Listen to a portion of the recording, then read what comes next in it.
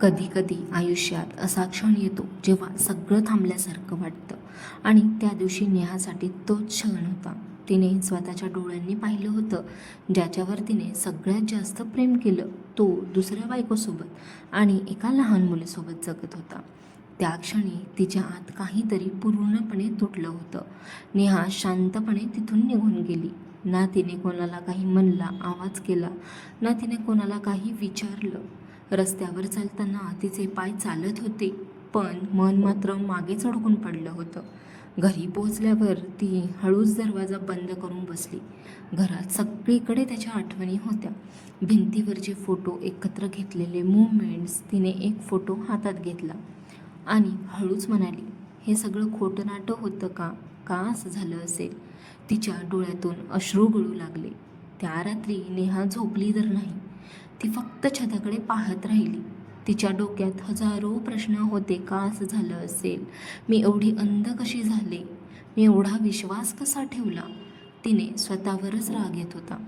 पुढचे काही दिवस नेहासाठी खूप जास्त म्हणजे जास्त कठीण होते. ती बाहेरून नॉर्मल राहण्याचा प्रयत्न तर करत होती. ऑफिसला जायची, कामसुद्धा करायची, पण तिचं मन कुठेच लागत नव्हतं. प्रत्येक वेळी ती डोळे बंद करायची आणि तिला तेच दृश्य दिसायचं, त्यांच्या सगळ्या मिळवलेल्या आठवणी, रोहन दुसऱ्या बायकोसोबत, आणि तिचं हृदय पुन्हा पुन्हा तुटायचं. एक दिवस काहीतरी बदललं. नेहा आरशासमोर उभी राहिली आणि तिने स्वतःकडे पाहिलं. तिचे डोळे रडून रडून खूप जास्त लाल झालेले होते, पण त्या डोळ्यात एक नवीन प्रश्न होता. मी अजून किती दिवस असंच राहणार? मी स्वतःसाठी कधी उभी राहणार? त्या क्षणी तिने ठरवलं, ती आता स्वतःला हरवू देणार नाही. काही दिवसांनी रोहन तिच्या घरी आला. त्याच्या चेहऱ्यावर गिल्ट स्पष्ट स्पष्ट दिसत होता. तो हळू आवाजात म्हणाला, नेहा, मला माफ कर, मी चुकलो, मी असं नव्हतं करायला हवं. नेहा शांतपणे त्याच्याकडे पाहत होती. आता तिच्या डोळ्यात अश्रू नव्हते, तर फक्त आणि फक्त शांतता होती. ती हळू आवाजात म्हणाली, तुला वाटते ही फक्त चूक होती का तुझी? तू माझं आयुष्य खोट्यावर उभं केलंस. रोहन खाली मान घालून उभा होता. मग तो म्हणाला की मी तुमच्या दोघींवर प्रेम करतो आणि तुम्ही दोघीही मला हव्या आहेत. हे ऐकून नेहा काही क्षण शांत राहिली आणि मग हलकीच हसली. पण ते हसू आनंदाचं नव्हतं, तर ते वेदनेचं होतं.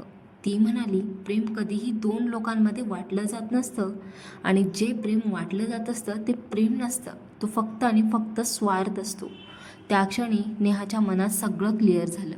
तिने ठाम आवाजात सांगितलं, मी आता तुझ्यासोबत राहणार नाही. जिथे माझी किंमत नाही, जिथे माझा आदर नाही, तिथे मी राहणार नाही. रोहनने तिला थांबवण्याचा खूप जास्त प्रयत्न केला, पण नेहा मागे वळूनही पाहिली नाही. ती त्या नात्यातून बाहेर पडली, एकटी पण आधीपेक्षा खूप मजबूत.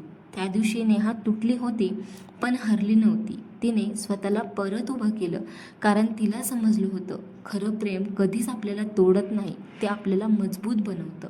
आणि जर कोणी तुम्हाला तोडत असेल तर समजा ते प्रेम नाही, तर ते स्वार्थ आहे. तर एक गोष्ट सांगेन, स्वतःवर प्रेम करा, कारण शेवटी तुम्हीच स्वतःसोबत राहणार आहात.